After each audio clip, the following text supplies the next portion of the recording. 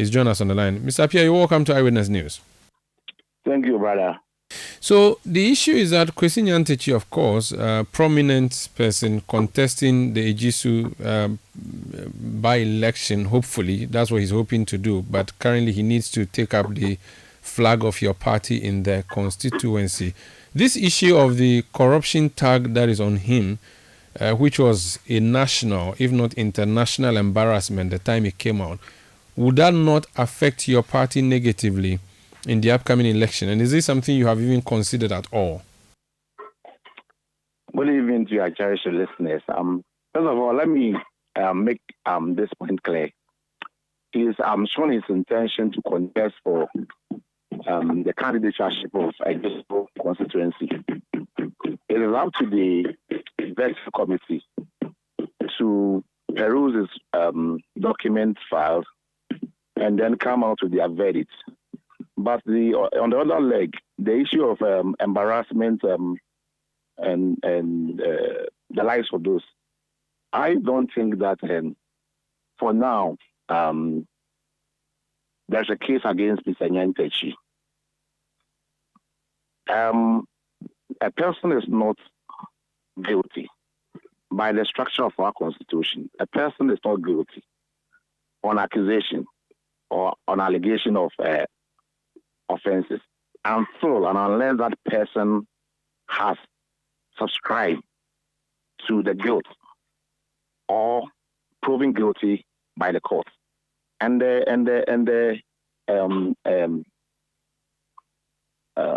measure is beyond reasonable doubt. So for now, Mr. Nyantakyi has not proven guilty by any competent court of jurisdiction. So I'm speaking on my part as my personal view. I don't think Mr. Nyantakyi has been proven guilty by any court in Ghana.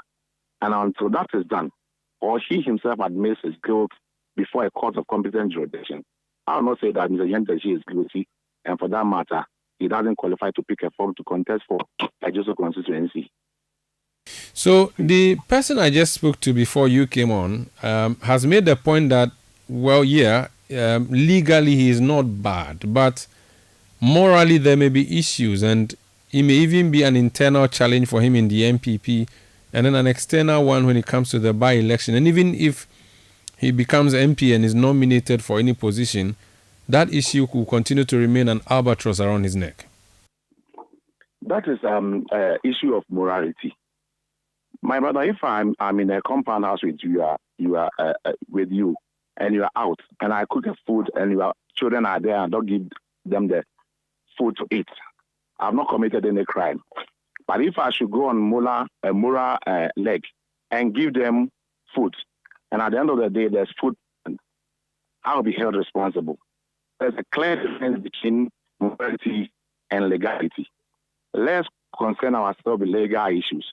Insofar as Mr. Nyantakyi has not been proven guilty by court of competent jurisdiction, there's no bar, there's no fetter on his intention to pick a form or be cleared by the party.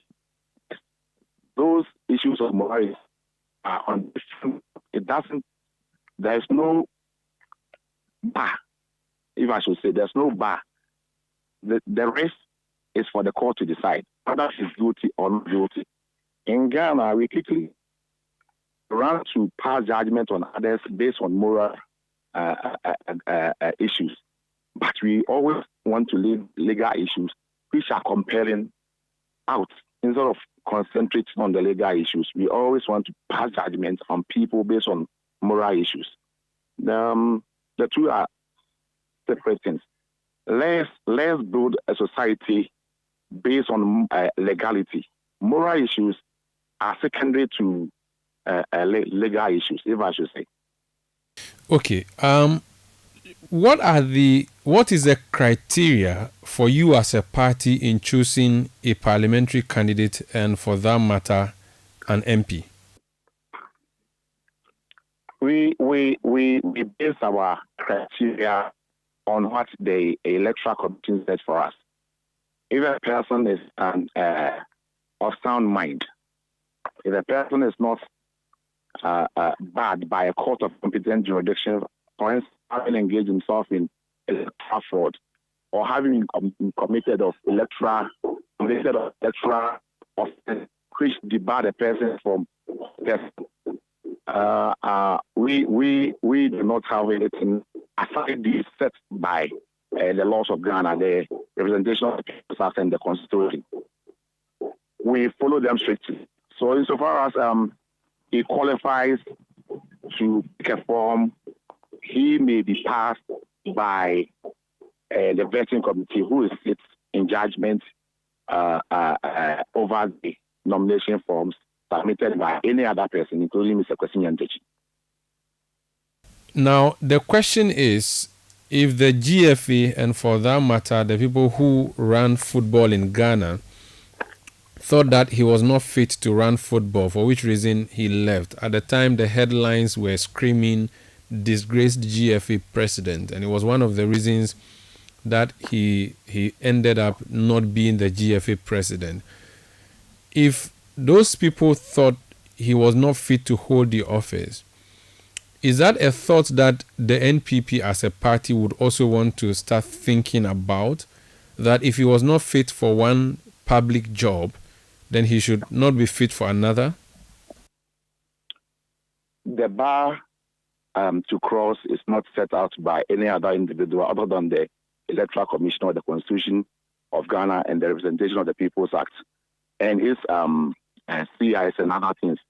But being declared unfit for a particular position is not a bar for contesting for elections in any other area that the person may choose.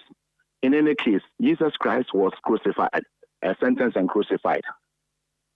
At that time, they thought that he had what do you call it? He had conflicted himself with the existing law. But today, you and I know that his crucifixion was wrong.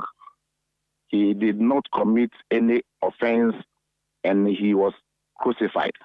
In much the same way, Kwesi Nyantakyi might have been crucified by an area or an aspect of our political institutions or social institutions.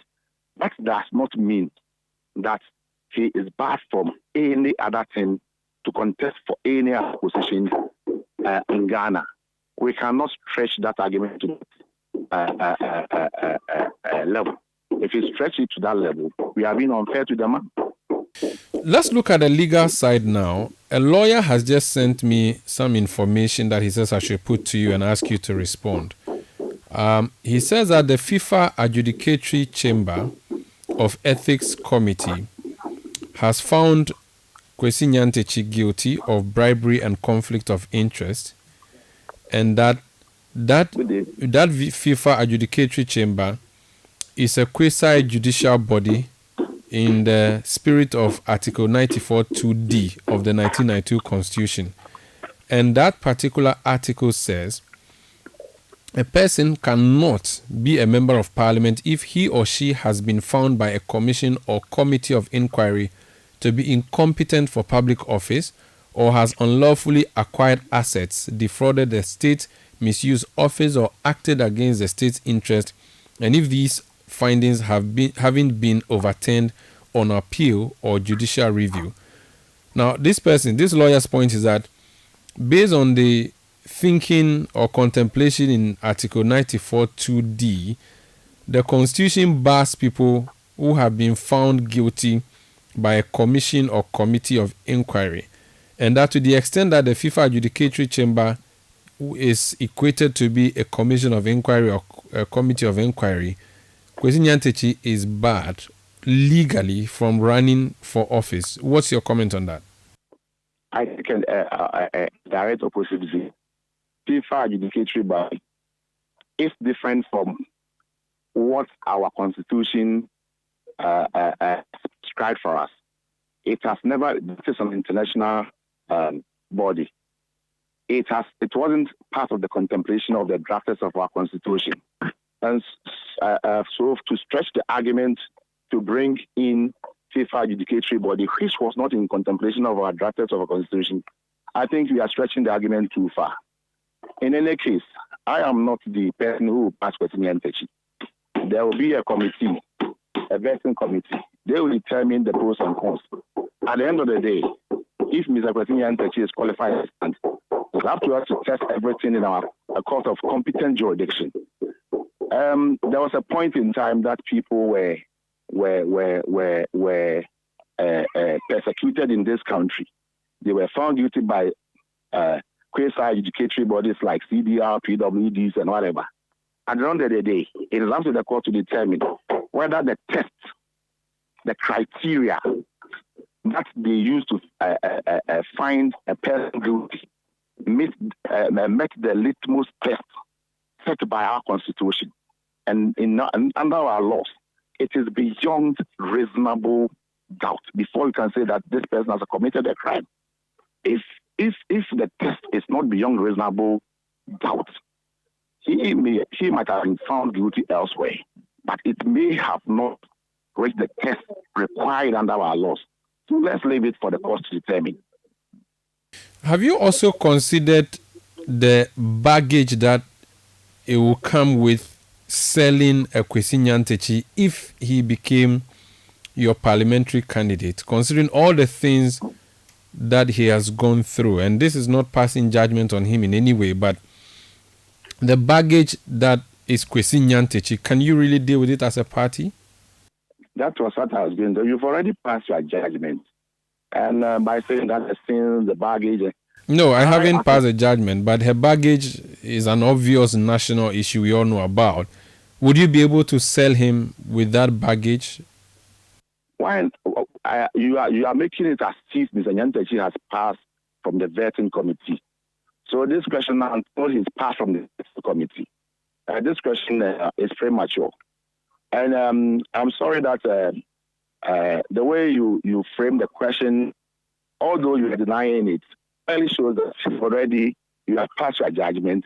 He's not qualified to stand. He has a baggage to carry.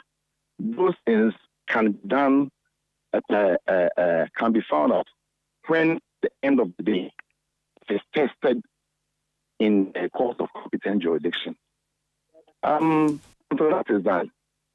I still have an opinion, independent though, of being that of my party, independent though, that for me, even the person who sets the stage for us to follow, and we are all happy to condemn because it's based on the person's investigation.